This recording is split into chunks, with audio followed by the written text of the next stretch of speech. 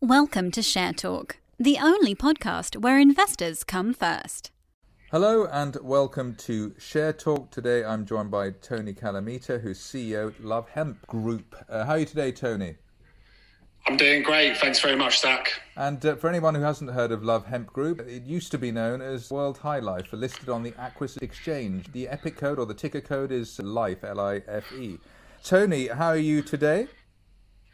Doing very well. Very excited to be talking with you today, Zach, and sharing lots of information about the Love Hemp Group. Right, I've been speaking to a lot of CBD and medicinal cannabis people over the last week or two. There's a lot of interest in this area. How does Love Hemp fit into the cannabis CBD space? So Love Hemp was founded in 2015. Moving down the line in 2019, we were acquired by World High Life PLC, which has now been renamed to the Love Hemp Group. We are the UK leading CBD brand, and this year is a very exciting year for us as we position ourselves for a global launch and look to replicate the success that we've had in the UK on a scale across the globe into almost every major continent. Right, I mean, you said the story started in 2015, but if we fast forward nearly 6 years now, you actually have boots on the ground, literally, in terms of your distribution. So you are further along the line maybe than other companies who've been in this sort of CBD cannabis gold rush that we've seen in 2021 to date. Yeah, we are a very established business. We've had products in major retail since 2018. We have products in Sainsbury's, Ocado, Holland & Barrett, Boots. We have multi-product listings in the Netherlands, so we've stretched our span into Europe. We're a multi-award-winning brand. We won 3 awards last year. We've won another 3 awards already this year. Highly reviewed online, over 5,000 reviews across our platforms. And yeah, I feel we've played a major contribution to the development of the CBD industry in the UK and really pioneered education and acceptance around CBD and bringing normality to it. So that's something that we are very proud of. So for somebody who's not a millennial like myself and is not aware of all these things, what are you actually selling? How much does it cost? And just run us through that. So the Love Hemp range is comprised of around 40 SKUs. Primarily that is made up of CBD oil drops and sprays, which are taken orally. Ideally, you leave it under the tongue for a few minutes before swallowing. But we also have edibles, chocolates and jelly domes, which are very popular. We have a CBD-infused beverage, mineral water, and we also have some topicals in the form of a body salve, which has many purposes as like a muscle rub or a moisturizer. And we also have a face mask. So quite a broad range of CBD products. And for sure, the most popular would be the oil drops. And that would be my recommendation for a lot of new CBD users. We've seen other companies come to market, I won't mention their names here, but they're starting their journey. You've been there, done that, and won the T-shirt as well. Definitely. We've strongly positioned ourselves as the UK leader. We have large distribution for a lot of the major retailers I mentioned before. We have an incredibly strong online presence. Over 50,000 customers on our database already, processing thousands of online orders on a daily basis and hundreds of thousands of products being distributed on a monthly basis across the board of our revenue streams. And so, yeah, very established. We're a full operating business model. Right, so the platform is there, it's running, popular, people know about it. What are the next moves? How do you consolidate your position and how do you expand your footprint if you want to do that? Yeah, so the plan is to continue our success in the UK. You know, last year, despite a lot of the global issues that were going on, we increased our online revenue quarter by quarter. We also increased the overall company revenue 13% on Q1 and 97% overall on Q2. And now, you know, we're going to be using those funds to support further growth. Through the course of this year, we're looking to launch into another 5 territories. The first port of call is going to be North America, the US specifically, but we're also doing a lot of work with some other European territories, Australasia and Asia. And the plan is to have domestic distribution with local language website, local customer services, and for Love Hemp products to be available on a next day basis to upwards of 1.5 billion people.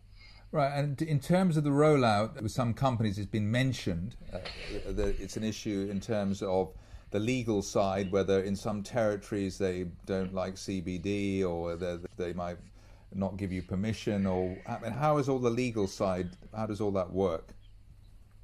Yeah, the legal landscape has always been a complicated one. The UK has been, part of that over the last few years. It's something that we're very much used to, and the landscape can change quickly. It is moving in the right direction, and we're specifically eyeing territories that will allow the sale of the products. Some territories are more restricted than others. For example, whether you can sell online, what the importation rules are. But for us, we will either be distributing from the UK, or if we need to set up domestic distribution, such as we're doing in the US, then that will be the route to market. So it's not really a concern for you. You ask the particular territory whether you've got the thumbs up or not, and then when they say yes, then you go ahead. For us, it's a case of our legal advisors investigating the space, and we've identified some key territories where we know we can trade with very little or no issue. This is sort of a bit of a storm in a teacup, the way that this has been presented. Is it any different to any other consumer product, whether you're selling soda pop or donuts or anything else? Is there any real difference between that and CBD, or is there a difference? There's a huge difference for CBD because regulation in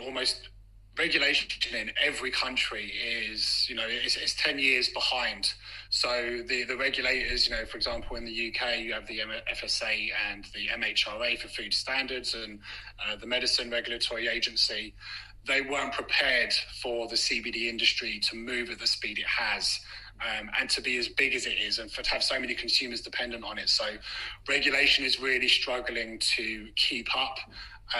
It's important to have a regulated industry, especially for a health supplement, and CBD needs to be treated a little bit more delicately than general food supplements, and that's what we're seeing with the novel foods process in the UK at the moment. So yeah, it is a different kettle of fish, and the regulatory bodies are doing as best they can, but it is a process to put correct regulation in place. Right, and is that, in a way though, if you're already the leading player, having that kind of barrier to entry actually works in your favour. You've done the dirty work, you've already established your position, so anybody else has to come in there actually has it's not, they can't just walk in and take over.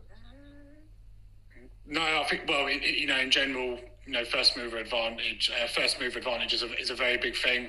It's something that we use very much to our advantage in the UK, and we'll be intending to do in more territories. But yeah, we've established ourselves as a trusted and credible brand.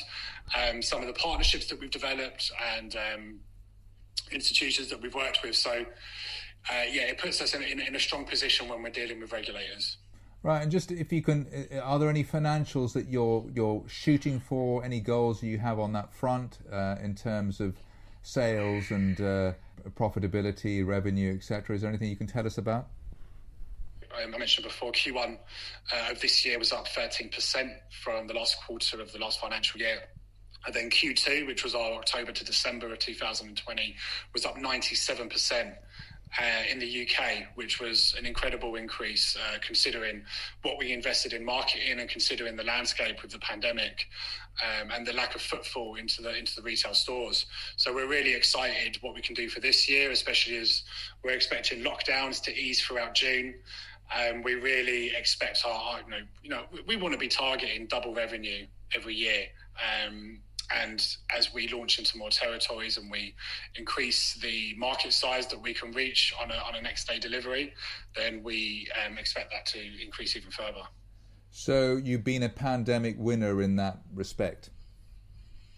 The pandemic has really, I can genuinely say, has turned us into a better business. It really proved how robust and nimble we were, and it's obviously a dreadful situation for any business, but we definitely used it to our advantage, which is the only option you have in a situation like that. We heavily invested into our online marketing, which was incredibly successful.